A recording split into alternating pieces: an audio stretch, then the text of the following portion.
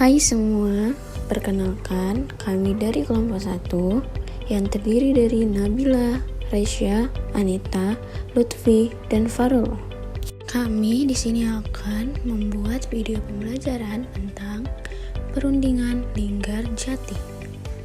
Perundingan Linggarjati atau perundingan Kuningan adalah suatu perundingan antara Indonesia dan Belanda di Linggarjati, Kuningan, Jawa Barat, yang menghasilkan persetujuan mengenai status kemerdekaan Indonesia.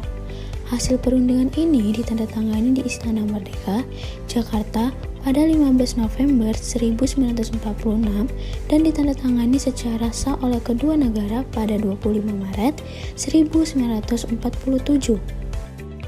Masuknya Afne yang diboncengi Nica ke Indonesia karena Jepang menetapkan status quo di Indonesia menyebabkan terjadinya konflik antara Indonesia dengan Belanda, seperti contohnya peristiwa 10 November.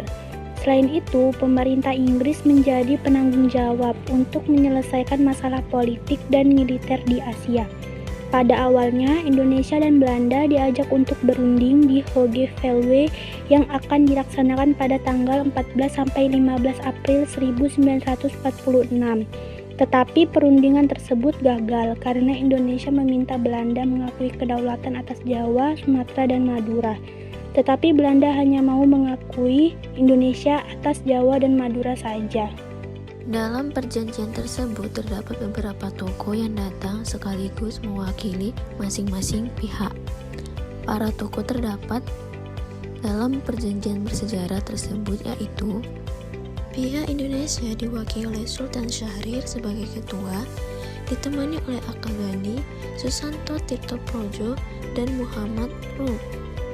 Pihak Belanda diwakili oleh Wim Schermerhorn sebagai ketua dan ditemani oleh Max van Pont, H.J. van Mook, serta V. de Boer.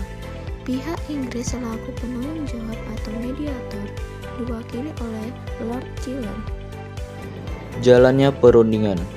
Setelah pemilihan umum pada tahun 1946, koalisi pemerintahan yang baru terbentuk memutuskan untuk mendirikan Komisi Jenderal untuk memulai negosiasi dengan Indonesia.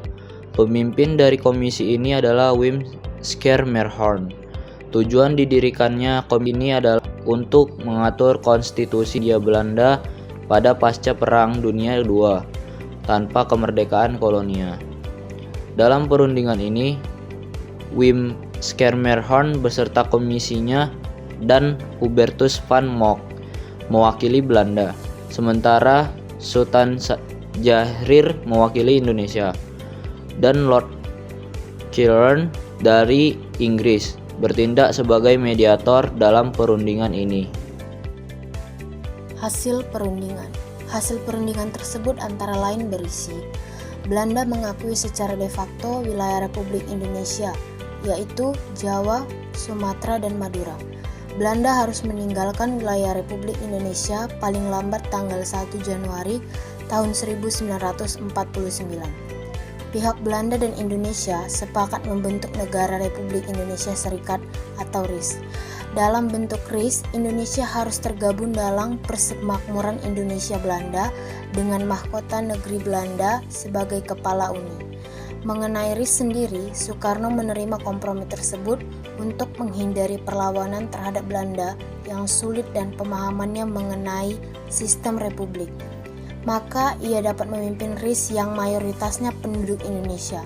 Sementara Komisi Jenderal juga menerima kompromi tersebut karena kemungkinan perang dapat dihindari dan hubungan Belanda dengan Indonesia dapat berlanjut.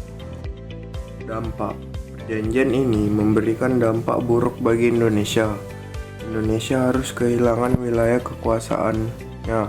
Berdasarkan perjanjian ini, wilayah Indonesia hanyalah Jawa, Sumatera, dan Madura.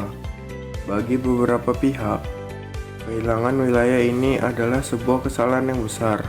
Langkah ini terpaksa diambil dengan pertimbangan deklarasi Indonesia adalah kekuatan militer Belanda yang hebat dan militer Indonesia yang apa adanya. Apabila perundingan ini tidak membuahkan hasil, akan mengakibatkan perang kembali yang akan berdampak buruk bagi Indonesia. Selain itu, Indonesia harus ikut dalam persemakmuran Indonesia-Belanda.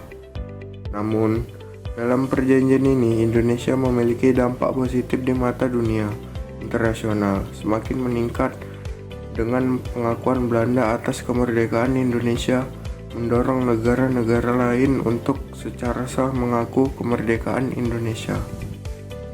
Sekian dari video pembelajaran dari kami. Terima kasih.